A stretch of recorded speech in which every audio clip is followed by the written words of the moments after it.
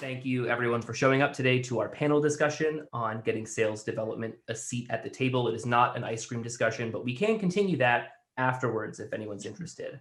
My name is AJ Alonso. I head up marketing here at Demand Drive, and I'm going to be moderating the event today. So not participating as much. I'm going to kind of liaison between the panel and you guys in the audience.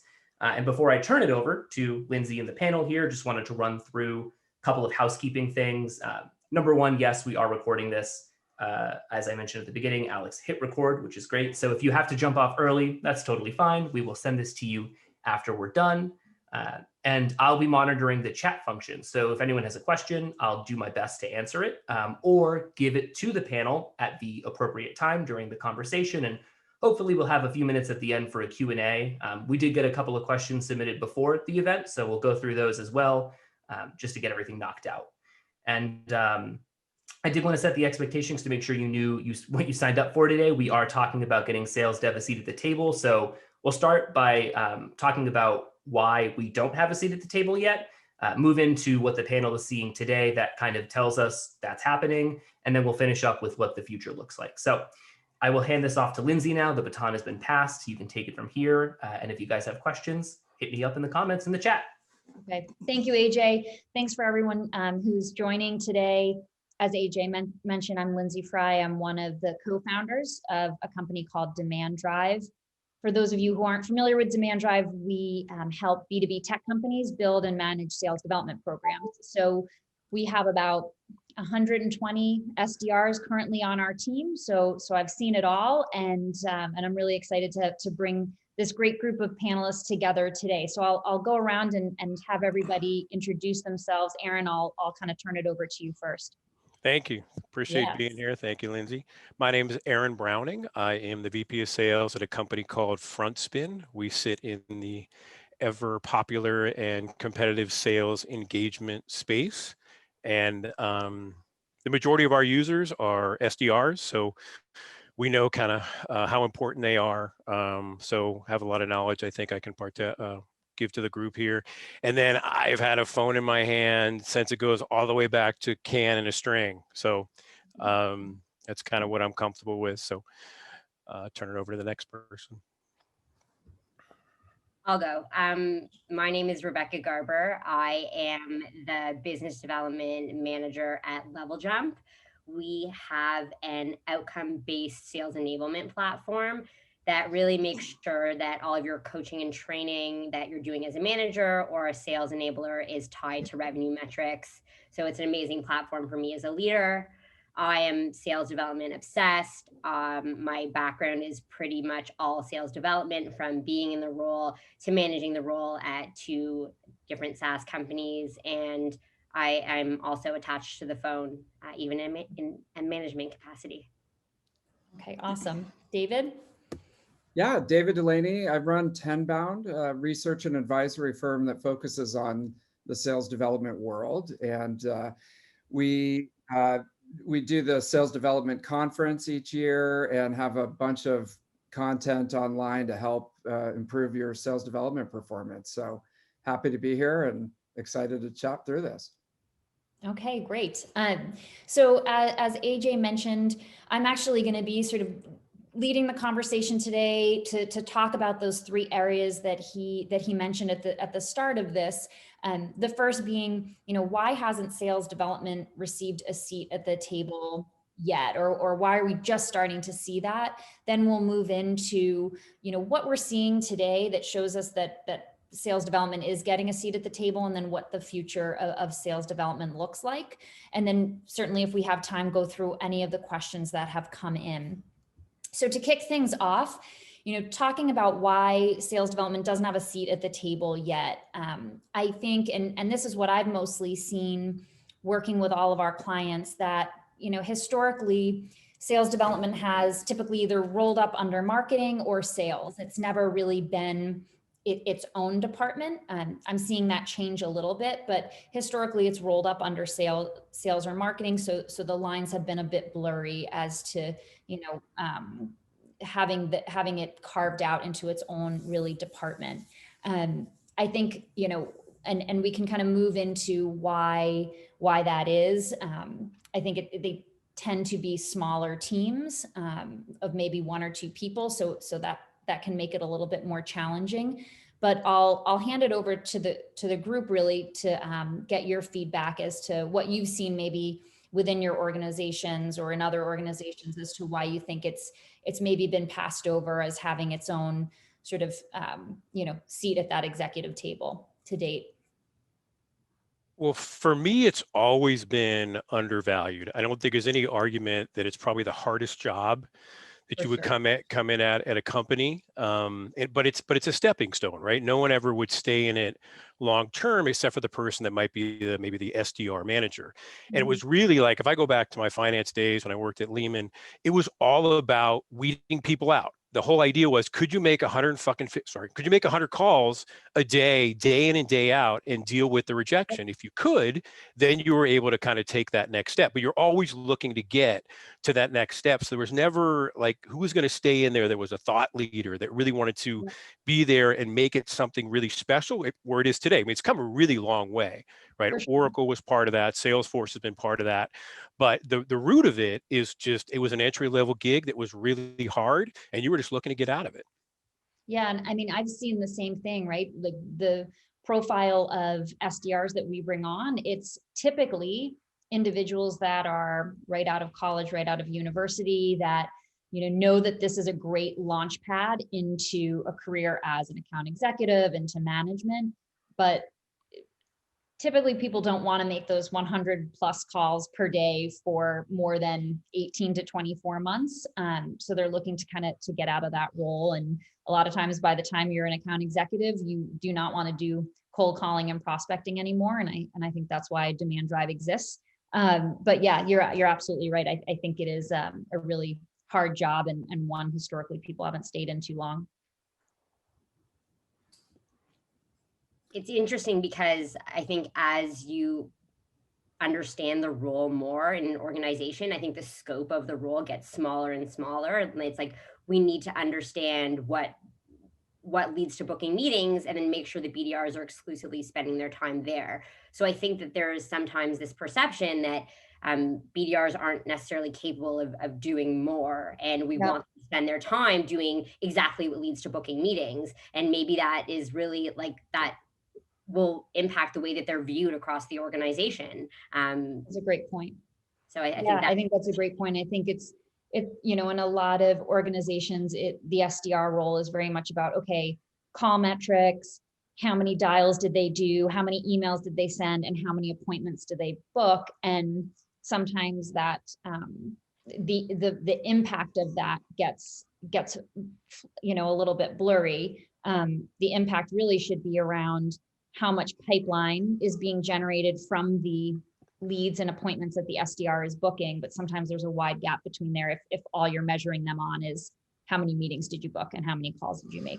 Yeah, and I think it's still evolving quite a bit. I mean, the modern sales development, the way that we think about it now, is like maybe 20 years old. And it seems like we haven't quite caught up with that perception of value yet that the team brings. Mm-hmm. And it also, it's sort of, I wouldn't say it's perceived as like a dead end for managers, but now, there's so many opportunities beyond sales development that you can achieve in your career, that I think that, there weren't a lot of success stories of people going into sales development management and then going on to become, the head of sales or the head of the CMO, for example. But we're starting to see that now.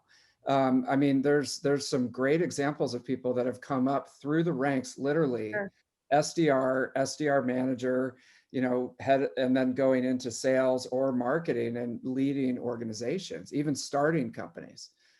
So I think that's been a huge change as well. Well, I think the size of the company matters. Let's be honest. If you join a startup and they have no clients, the guy running the SDR is the king. You're going to sit right next to the CEO in every meeting. I mean, in fact, the CEO in that scenario should be an SDR in a way, right? We've talked about that before.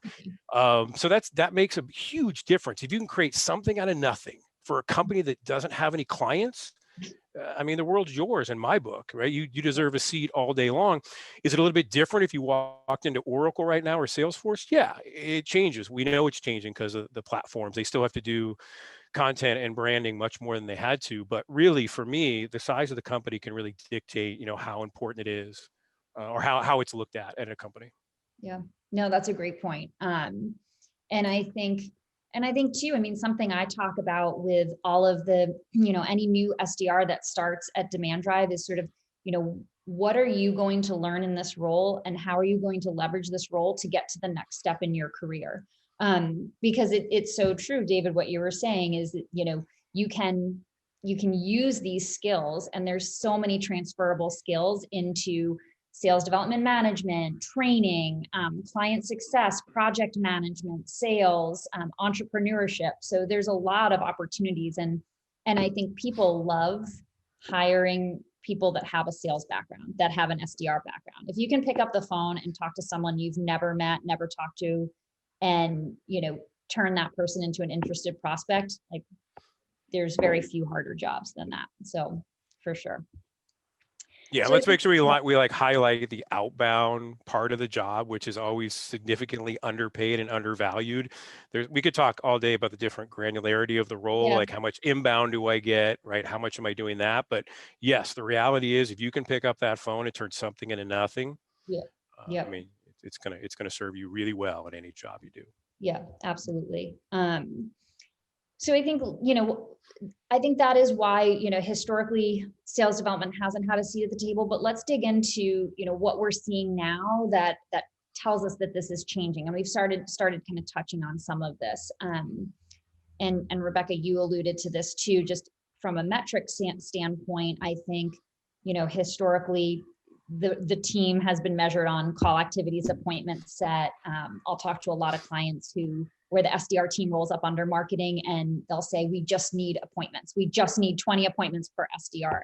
And I try to dig in and talk about, okay, well, what does that translate to? Where do you need to be from a pipeline and forecast standpoint? Where do you need to be from a revenue generation standpoint? Let's back out of that. And how much pipeline do you need to develop in order to hit that revenue target?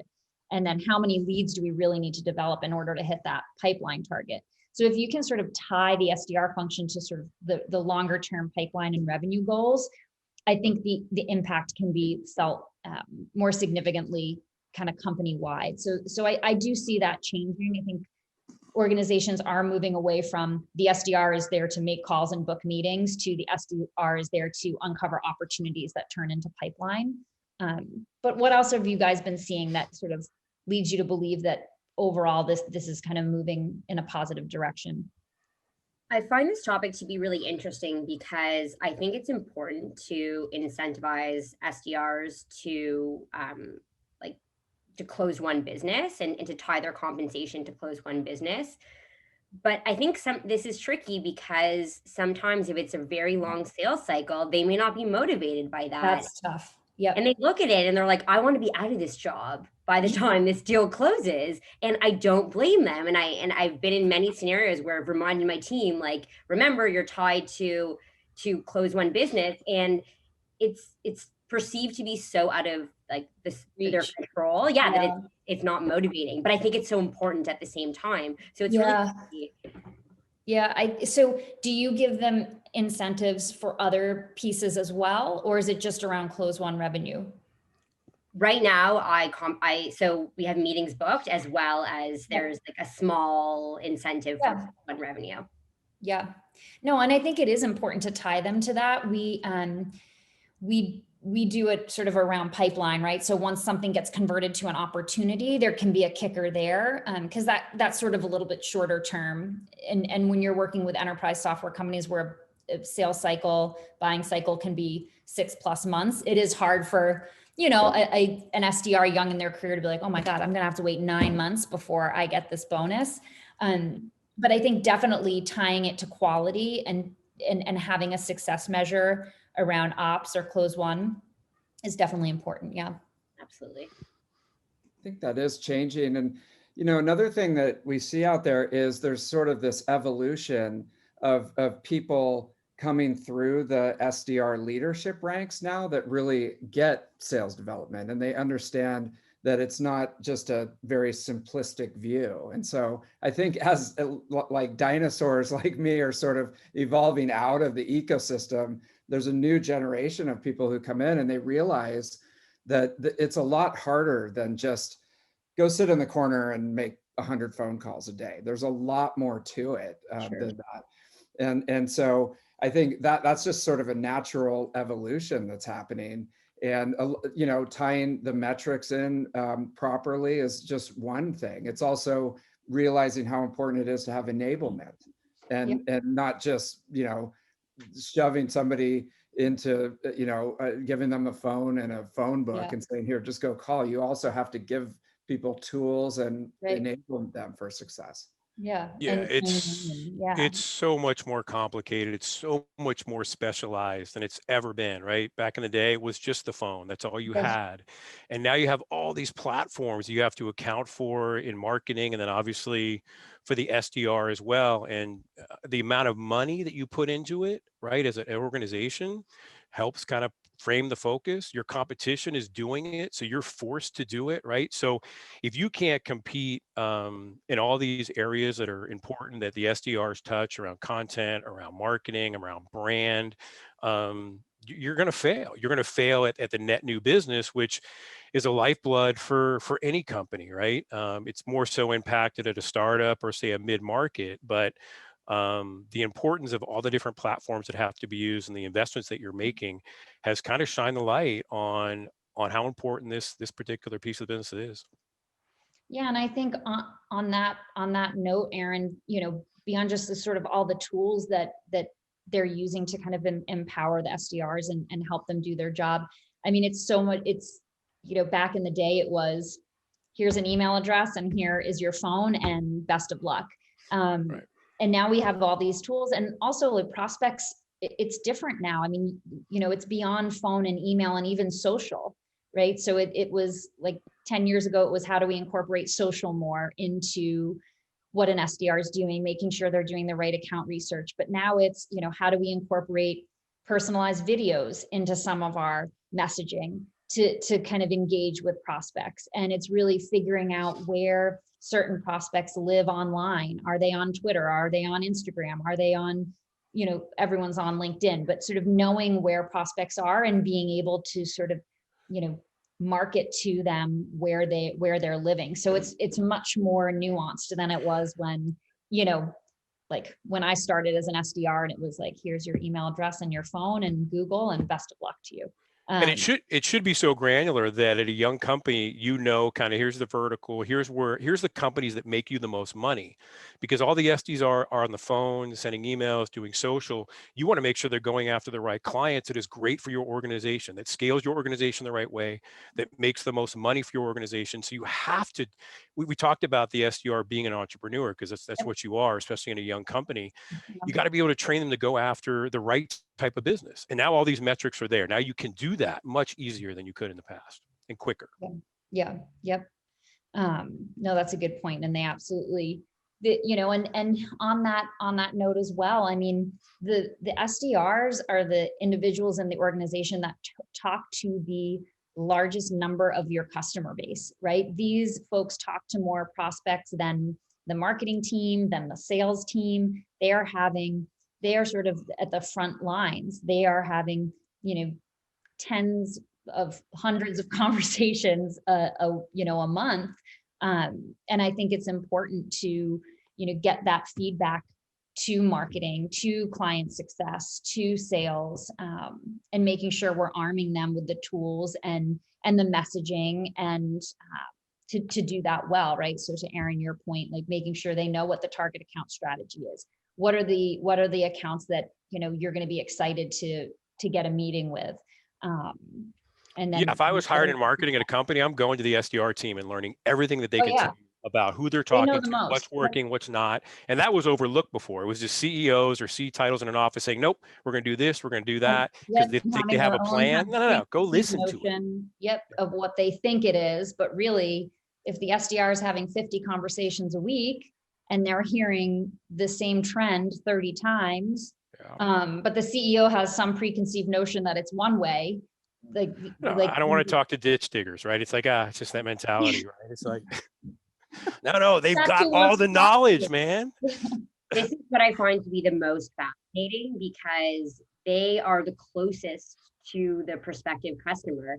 And we all talk about being customer centric, and we talk to our customers and we talk to deals that are in the pipe, but these prospects are the rawest, and they have zero incentive to give us any sort of feedback. Yep. And it's often contrary to what we want to hear. And we expect these junior people to come to the table and deliver this potentially hard-hitting feedback to a CEO. Like, how is that going to happen, right? And we need to be able to create ways for that to happen, because it's very difficult for them to get a seat, like for them to attend with the VP of marketing and tell them that actually, no, marketing, that this is not really what the marketplace is saying. Right. And it's so interesting.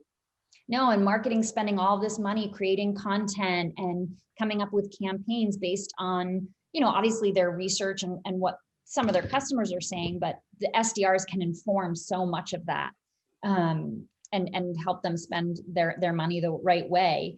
And I think ultimately that is, in a nutshell, why sales development does deserve a seat at the table alongside client success, alongside marketing, alongside sales, not as part of that team, but as its own separate entity.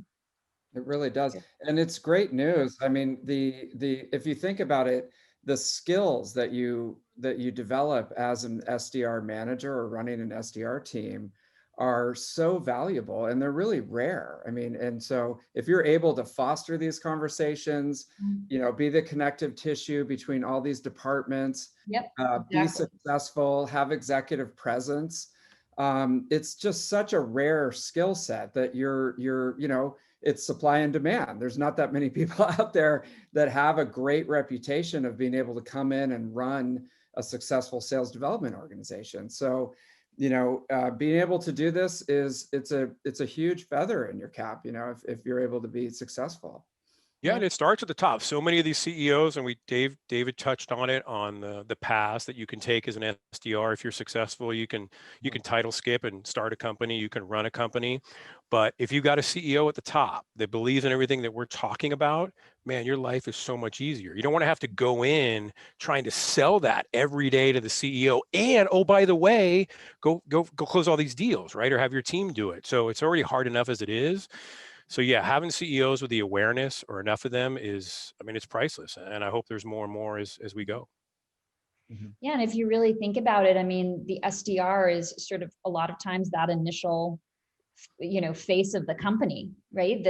That's the first time the prospect might be hearing from your brand is from an SDR. So empowering SDRs and making sure that they know the importance of their role and sort of the importance of what they're doing, I think not only helps with kind of motivation, right? And I think ultimately it can help with retention and some of that, if they know like how valuable this is and the growth plan, like we might not see as much turnover. This role might, someone could stay in the SDR role or a senior SDR role for 2 or 3 years instead of a year. So Rebecca and Lindsey, can you talk to people like that on the teams and some of them get it? Or do you feel like there's always got to be some kind of compensation to make sure they do the little things that could mean that big client that they really maybe didn't get paid on? You know what? I think it somewhat boils down to the personality of the individual and sort of what motivates them. I think the demographic that, tends to be right. There's certainly outliers, but as far as the SDR profile that we hire for is early in their career, maybe they've had a job for a year or they're right out of school. They're motivated by compensation, certainly, but they're also motivated by understanding sort of the impact, the importance and what impact they're going to have on the company's goals, or, what they can learn, how they can grow professionally. So I think that's almost just as important as the money piece of it. You definitely have, I don't know, Rebecca, you probably see the same thing. You definitely have reps. It's like, okay, well, if I do this, are you going to pay me for it? Like what kind of bonus is in place for this? And that's not bad either, but but I think it's a little bit of a mix. It's interesting because also from like a compensation perspective, if you look at how expensive like the tech stack for a BDR team is and management, like I don't think it's actually compelling enough for an SDR to stay in the role for that long because of the scope of how much they can hit. And then from an economic perspective, and then if you increase that, like the net economics break, you're paying way too much for an opportunity. So it's almost like the way that their comp plan is designed, we don't necessarily expect them to stay in the role for too long. And another really interesting thing is looking at people that are in the role for, let's say, a couple years, and definitely as a hiring manager, just the way like the scope of the role, like I've thought like, why have you been an SDR for 2 years? Does that suggest something? I was an SDR for yeah, and I know it doesn't, but it's interesting to like I've thought that before. It's just the way, it's so interesting. Yeah, it's okay to be a lifer as an SDR. Yeah. It's okay to do that. And before it wasn't. You wanted to get to the next stop, That's right? totally true. And that's part of this get to the table thing. Yes. I have seen that kind of starting to switch because I agree with you, Rebecca. Like I will admit, I'll get, I'll talk to someone and they'll say, like, or I'll talk to a client and they're like, we want someone with 7 to 10 years of SDR experience. And I'm like, why? There's like 10 of those in the world. Like, but my initial reaction is always kind of like, really? That I don't see that to be the most effective profile, but maybe times are changing a little bit there, where there are people that are kind of staying in the role for a longer amount of time. And maybe we have to kind of embrace that because I think, Rebecca, to your point, historically, it's kind of been like, you expect people to churn. And from a compensation and sort of an investment standpoint, you kind of almost have to have them churn a little bit for it to make sense, because at some point they're going to want more and you won't be able to provide much more and keep up with kind of their goals. But I don't know, maybe we need to talk about how to adapt a little bit there. I do see people looking for SDRs who have a tremendous amount of experience in the industry, and that's also very rare. And they're like, people are coming at it from the angle that you'd have to know a lot about the industry that we call into and know all the players and know all the vocabulary and all that stuff. And the usual, hiring profile of an SDR is someone who maybe just got out of college. Exactly. And so it's an interesting problem. Is it like, if it's worth the opportunity, the pipeline for you, can you pay a little bit more to get someone who has a lot of experience? Maybe they were a sales rep in that industry for a while, but they just want to take a step back and they've got some life things going on. It's a hard question, because how do you have it make sense financially for your company? Exactly. Yeah. Right. And just making sure that, because I think there is still a burnout factor to this job, right? Where it's, it is tough. Like Aaron said, it is one of the hardest roles in an organization. So I think but if it's in your blood that you love it, then, so what do you guys think we could do to help kind of, support the people that do want to be in this role beyond kind of that initial 2-year stint? Are there things that we can do? I think, a byproduct of getting sales development, its own carved out section and a seat at the table will help there. I really do I think that will help with retention. But what else do you guys think we could do to sort of support those, the people that might have more experience or might have more industry experience, like David said?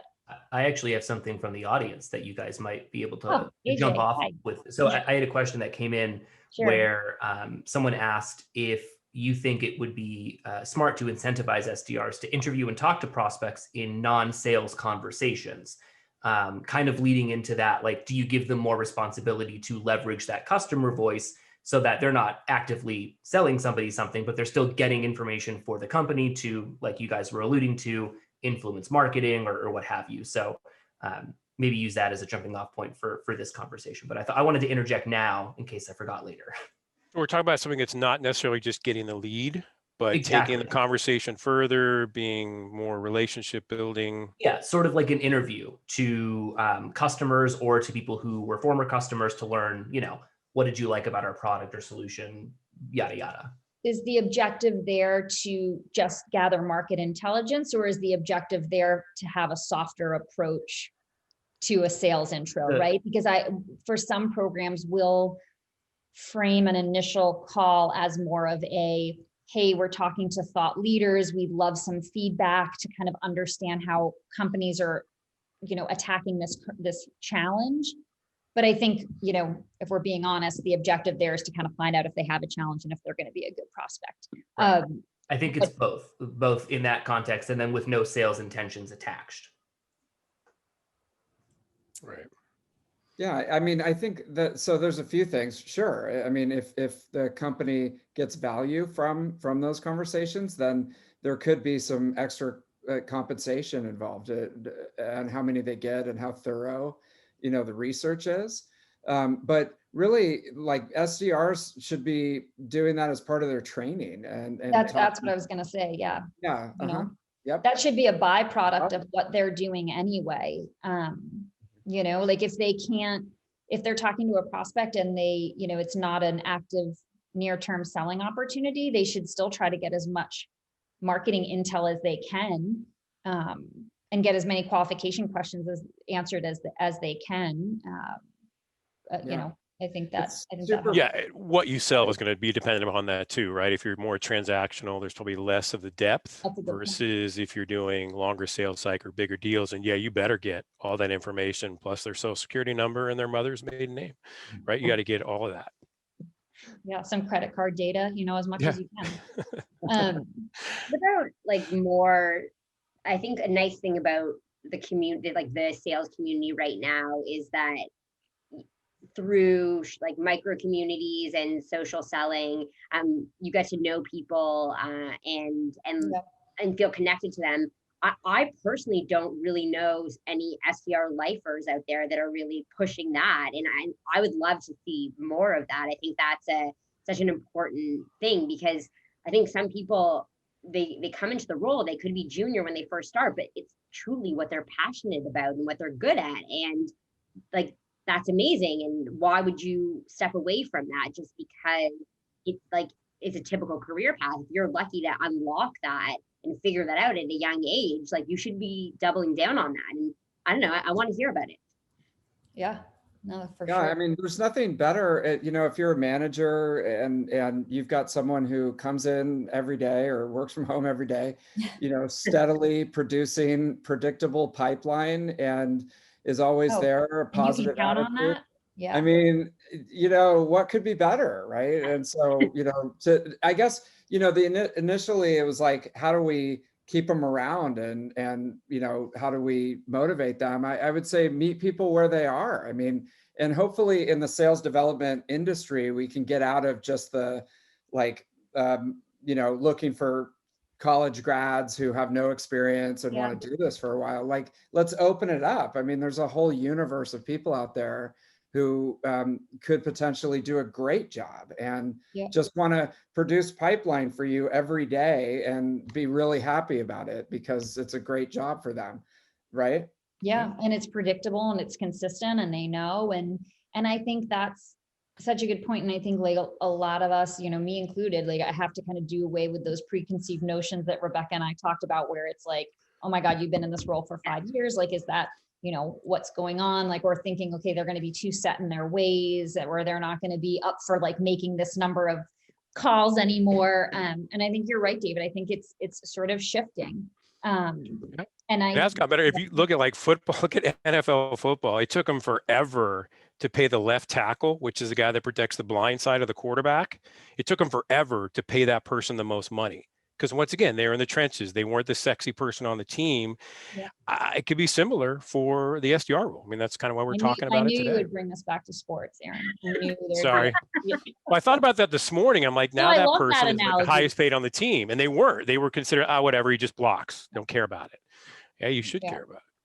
Lindsey, I want to go back to your point about incentivizing people to stay in the role longer. And it's interesting, honestly, the idea of this, this feedback that the SDRs are getting from prospects, and doing something with that. This is really where I think teams are leaving the most on the table. Like even as a manager, I'm not really incentivized to like that's not tied to my compensation in any way to provide that feedback. And if you're thinking about a typical sort of seat at the table, like the VP of sales would have the seat at the table, not necessarily someone who's head of biz dev. So how can we change that? Like, should there be a VP of sales and a VP of business development? I almost think there should. I really do. For a couple reasons, because it is this connector between sales and marketing for sure. But I think they have their own voice, and they're kind of the tip of the arrow. And I think that they really should be there. When it comes down to incentivizing, I think, looking at more of those short-term plus long-term incentives is helpful, right? There should be some kind of quick wins that an SDR team can get, right? You hit your monthly, qualified lead goal, whatever that is, or sort of you talk to X amount of prospects, you can tie some of that into it, which would tie in some of that marketing intelligence. But then I think also tying it into some of the long-term things that, that might also retain SDRs longer as well, around either opportunity creation or close one revenue, depending on kind of your sales cycle, I think. But to answer your question, like, yes, I think there should be kind of a head of, and I've seen it more. I mean, I'm starting to see directors of sales development, VP of business development, sales development. I'm definitely seeing that. I think in what I was alluding to earlier, it's been tough, based on the size of the company, for smaller companies where there might just be one SDR, and sometimes that SDR reports directly to marketing and sales, and so there's not even a manager component. It becomes a little bit tricky. But to Aaron's point, I mean, if the CEO understands the importance of that individual and, they give them their ear, I think that individual themselves should be there, and kind of sharing with executives what they're hearing. Yeah, Lindsay, I see that too out there. I mean, there some of the forward thinking, it's mainly, SaaS companies, but sales development is catching on outside of SaaS. But, the VP of sales development sits right at the table, since we're talking about it, with the VP of sales and the head of marketing, and just has a different, mandate. And their job is really to bring all this stuff together to create pipeline. And I think that forward thinking, companies, the smaller ones, are going to start out with that structure instead of the sort of ping pong that we have right now. They're just going to say from day one, if you get a CEO who really gets what sales development is, they're just going to be, hey, let's just set it up from day one. Like, there's going to be a head of sales, sales dev, and marketing. Let's go. Yeah, and for the future, if you can't do that, if you don't make that commitment in the C-title offices, then honestly, you got to outsource it, because it's just too specialized. You won't be able to compete if you just go, oh, by the way, we have this, lead gen team and they're loosely managed by the VP of sales or by marketing. You'll get crushed. So you're better off outsourcing it to a company that specializes. And that's been, like, if we start talking about the future, in our world, we really think, I don't know if it's going to do as much as customer support did as far as outsourcing and the growth that they had. But in our mind, the outsourcing of this lead gen role is going to keep growing, I think, hand over fist as we go. I think it's just too specialized not to. Yeah. No, we've definitely seen the same. And David, you're right. Like, and what a cool opportunity for SDRs and a cool path for them to see that, wow, like, and talking about our career trajectory and sort of professional development, for an SDR coming in to see, like, wow, I report to this manager who reports to the VP of sales development, who's in all of the, executive leadership meetings. And I have like a growth path to sort of the C-suite or whatever it is really awesome, to be able to see that and have them kind of feel the importance and the impact of their role within our organization. So You know, and it's good to be sort of, if you're earlier in your career, you can be sort of a generalist. Like say you're an SDR, then you go over to marketing, be a program manager for a while, then go into sales, be an account executive, get this basket of experiences, you know, in earlier in your career, and then pop back into sales dev, and you can Totally. go now you're ready to go. Like you can go all the way to the top because you've got that experience. Or alternatively, to be honest, like with some of those forward-thinking companies, I'm seeing people come up through the ranks of sales development. They're now on equal footing with the other two heads, and they could become the CEO. Who knows? Yeah. We just haven't seen that yet. Or the CRO, you know, because Yeah, no, but I'm definitely talking to, you know, I talk to heads of sales all the time that we'll talk about SDR programs, and they'll say, you know, I started my career as an SDR, and a lot of them did, and will continue to do that. So yeah, I think it's really been interesting to see for sure. yeah, and just putting a exclamation point on what Aaron said, you know, a lot of the sort of old school sales and marketing leaders, like they try to figure out sales development as that kind of in between thing, and then they just kind of throw their hands up and give up because of how complicated it is and how hard it is to get right. And so we've seen, like, they'll come to us and they'll say, hey, my God, like, can you write us a playbook, or can you give us some advice? Or look at the 10-bound market map. I mean, we're on version 6 right now, and there's an explosion of outsourced companies. I mean, Demand Drive is one of the top ones. Definitely call Lindsey first, but there's a lot of people who are just like, I give up. You know what I mean? Like, I don't even want to. They try it and they say, you know, or I'll have it, and they're like, you know what, maybe we'll just hire 1 or 2 people. I'm like, okay, who's going to manage them? What tools are you giving them? Do you have training prepared? And they're like, yeah, they're just going to roll up to the VP of sales. I'm like, it's going to be tough. Right. I mean, Rebecca, you manage those people, obviously at Level Jump. I mean, imagine if they all were just rolling up to the VP of sales, they wouldn't get the time and attention that they need. And, you know, to Aaron's point, the role is so nuanced that, like, you really need somebody who knows how to incentivize, motivate, coach, handle turnover when it happens. Yeah. So. Yeah. Well, good. AJ, I want to just check in with you. How are we doing on time and questions?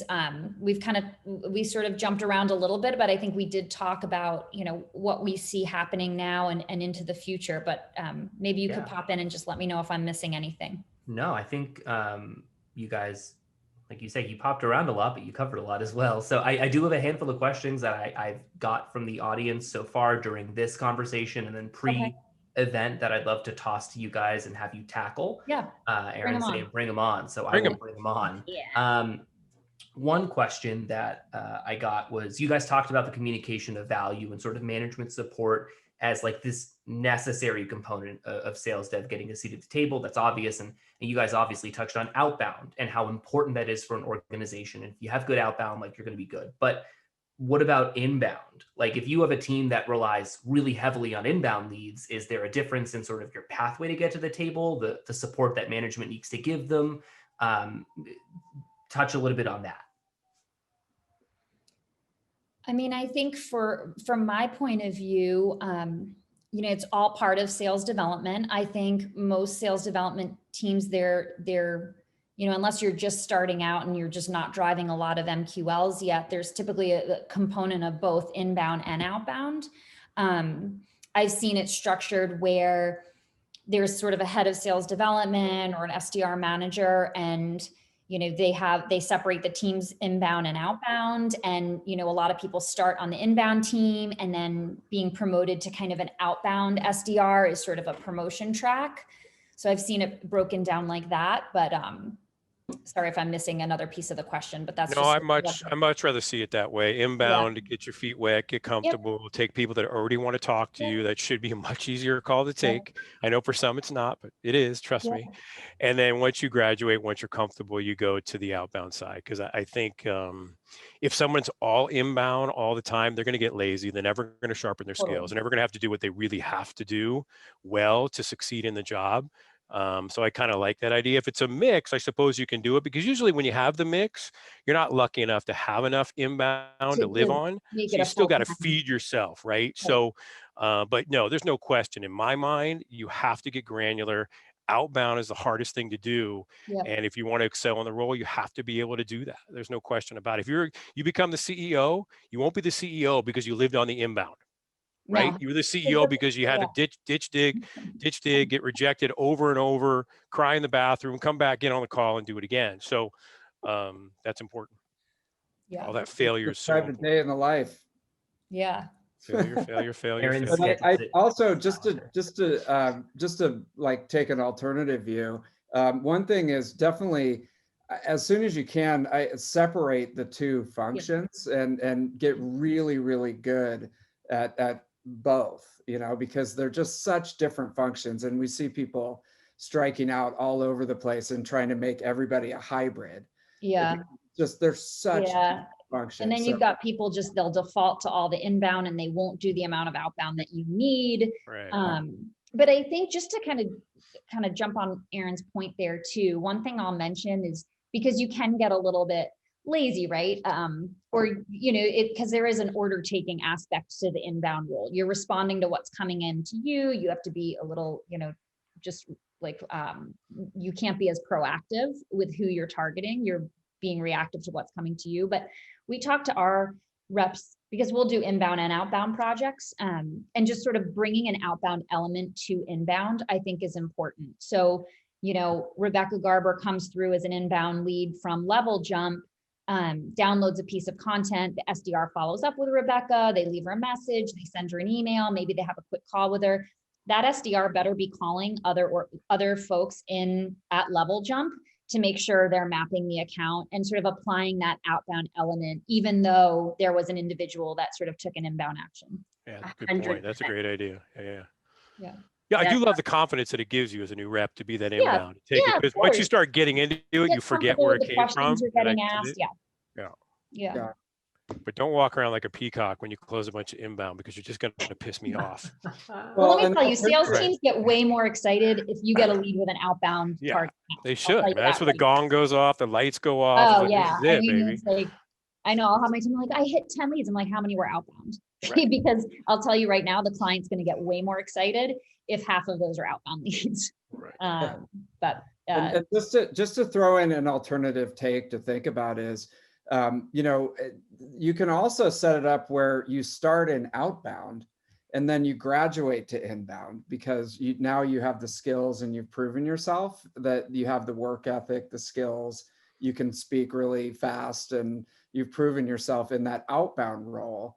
And then you graduate to inbound, because as a business owner, do you really want to give the hard-won inbound leads that you spent tons of time on to somebody who has no idea what they're doing?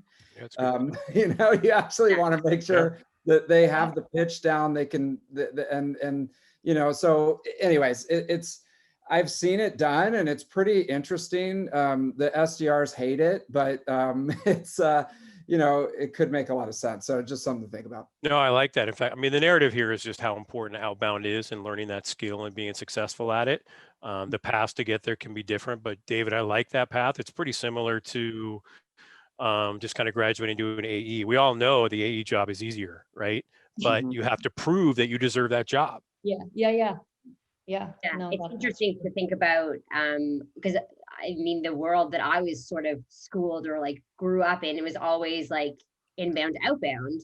Yeah. And when I started managing and thinking about the fact that someone who, let's say it's a super qualified lead and they want to talk to you and it's an amazing company, and sometimes when they want to talk to you, they have a very specific question that the rep, if they're not that familiar with the product, they may not be able to answer, and that could cost you the conversation, and that's a big risk. And so it's really interesting. I actually agree. It depends on obviously the nature of the sale of either going outbound to inbound or inbound to outbound. And even from a management perspective, I've seen reps that struggled in outbound and then absolutely killed it as an inbound. Sure. Yes. So that like that and vice versa. I've absolutely seen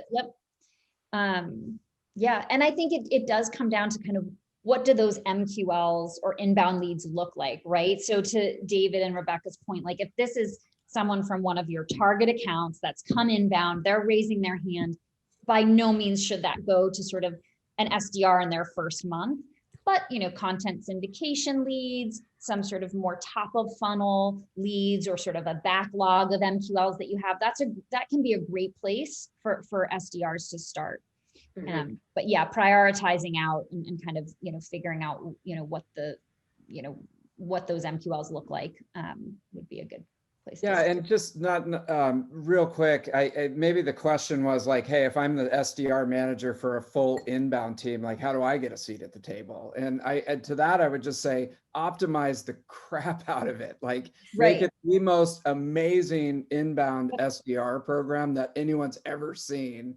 And then, you know, toot your horn about it and get on webinars and explain how you did it and become a thought leader in the inbound. And so you'll write yourself a ticket, because there's probably like 2 or 3 people in the world who can optimize an inbound program like you. Yeah, great point. And to that point, someone did follow up on the question and ask, you know, you all seem to be in agreement that outbound and inbound should be separate or specialized in some capacity, but they wanted to double check on that and see if that is really the case. If you think that there should be an inbound team and an outbound team, then obviously, like David mentioned, sort of different paths to the table. But would you recommend a company sort of mix and have a rep handle both inbound and outbound? And what does that look like? My vote is specialization. Right now, my team, because like we're just growing the function. It's less than a year old, the BDR motion. My reps are doing both, but surprise, that's not going to be for much longer until we once we get more data around that. I think they're just very different roles. And I believe in sort of specialization there and providing the coaching around that. So yeah, I inherently believe they should be separate. And I think it does come down to sort of the volume of MQLs, right? So, I mean, if you're an organization that gets, you know, 20 inbound leads a month, well, you're not going to, it doesn't warrant a full-time function. So that's the first thing to look at. And in that case, you probably can layer that on with outbound. And I get it, you know, it's hard to sort of take away inbound from an SDR who's had it and then say, okay, you're not going to have any of these easy wins anymore. But I think just educating the SDR, if you do specialize it, like you were saying, Rebecca, which I, in most cases, am in agreement with, I think just educating the SDR that this is sort of like a step up. I would probably, you know, even increase their base salary, right? Look at this as a promotion. So that can be one way to do it, to make them feel like, oh, wow, okay, I get it. I've done really well in this inbound role. And if someone really likes the inbound and they don't want to do outbound, but they're really good inbound, maybe they stay there, and that's okay too. Yeah. Yeah.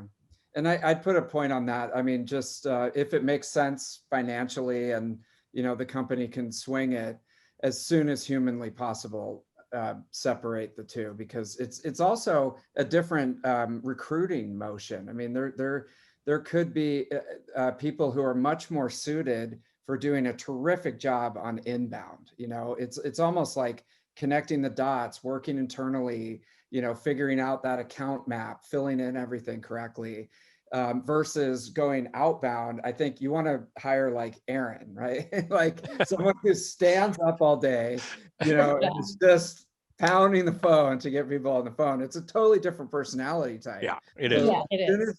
You can afford it and it makes sense, you know, with the number of MQLs, like Lindsey said, I would highly recommend separating it. I mean, inbound sounds like a path to customer success to me.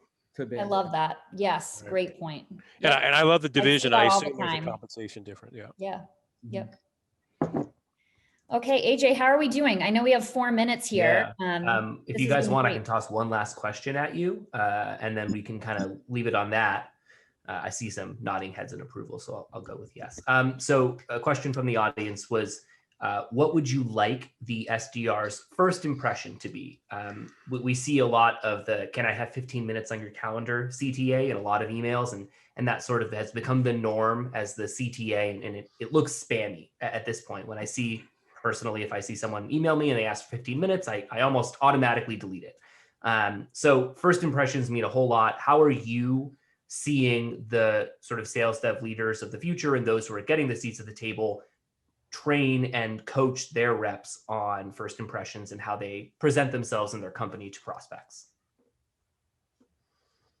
Oh, it's, for me, you got to be human. You have to be yourself. If you want to be good in sales, you can't fake it every day. You can't tell lies every day and try to keep up with all the lies. You have to be some element of yourself. I hope that's a human element. Yep. And you have to be a problem solver. That's what you're looking to do. You're looking to seek out and say, where can I help? As opposed to how can I sell you into this meeting? And I know it's tough because you're judged on meetings or demos or whatever it is. But at the end of the day, for me, you got to personalize it and you got to solve a problem. And be authentic and be like curious, right? I think if you have that natural intellectual curiosity, that goes a long way. If you're really, somebody who is interested in sort of why people do what they do and why people, like what needs that they have, and you're a good listener and you're good at kind of asking questions, and you can be, like you said, Aaron, authentic and sort of not lose your personality and your own sort of style, that goes a long way. Yeah, people want to buy from people they like. They want to talk to people that they like. They want to talk to people that added value, not somebody trying to hammer me into more seats. Oh God, it's the cost worst. of this meeting. It's like, I'm hanging up on you. How do I hang up on this session? Yep. I think, to Lindsey's point, someone who's thought about what my world is like. Yeah. And they haven't made too many assumptions about it. Like they're so curious enough to be able to ask questions, but they've thought about what it's like to be me. And then they've said something that really resonates with something that's top of mind for me that I maybe haven't even like put into words myself, which I know is really tough. But I find that to be really effective. But someone that's actually thought about like, what's it like to be, a BDR leader at a company, and how can I add value and be human? I also think that's so important. Yeah, and I was going to say, it's back to when we were talking about how people want a BDR or an SDR that has 7 to 10 years of experience in the industry. What they're really saying is they want someone who can actually talk to the people that they're calling on and knows the vocabulary of that industry, right? So, I look at that question too. It's like, you have to study dating and like going out to bars, right? Yeah. When we used to be able to go out to bars, Yeah. would you walk up to someone and be like, hey, you want to get engaged? It's like, you gotta kind of slide. I love you. What? Just met you. We'll run for the hills. You have to make yourself as attractive as possible. And come out and ask a question or get them thinking or get something. I mean, you don't go straight to the give me 15 minutes, that's very precious in the business world. That's why this is why it's such a hard job. I mean, it's ridiculously hard because you can relate it to so many lines of business, or even what it's like to try to date. I mean, it's insane how much they have to take in and be able to spin and do to create that lead. And we're asking them to do it in a way where it's slow motion, be human. And you don't learn that overnight, right? That's the other thing, is like, don't get dejected if you can't figure it out in a week. It's going to take you a little bit longer and stay committed to it. Yeah, without a doubt. Well, I'm gonna bring my video back for the end here, if it decides to work. I actually can't because Alex has turned me off. That's fine. You guys are okay. We can hear you, AJ. Yeah. Thanks everyone for joining us today. Oh, Alex is asking me to start my video. Thanks, Alex. Thanks everyone for joining us today. I know we had a few questions that went unanswered, so I'll do my best to actually answer them in some kind of follow-up, but I'll get the recording for this afterwards. And if you do want to connect with myself or Lindsey about Demand Drive, we're here. Connect with us on LinkedIn. Rebecca, David, and Aaron, thank you for popping on and thank you guys. inciting everyone. And obviously connect with them on LinkedIn as well for more information about their companies and sort of their thought leadership in the sales dev space as well. If you guys have any last, things you want to say. This was a lot of fun. Thank you so much. I appreciate you guys taking the time out of your day to join us here. And if I don't talk to you beforehand, enjoy the holiday season. And here's to a successful and healthy 2021. Excited for the new year to begin. Yeah. All right, guys. Thanks so much. Talk to you soon. Okay. Bye.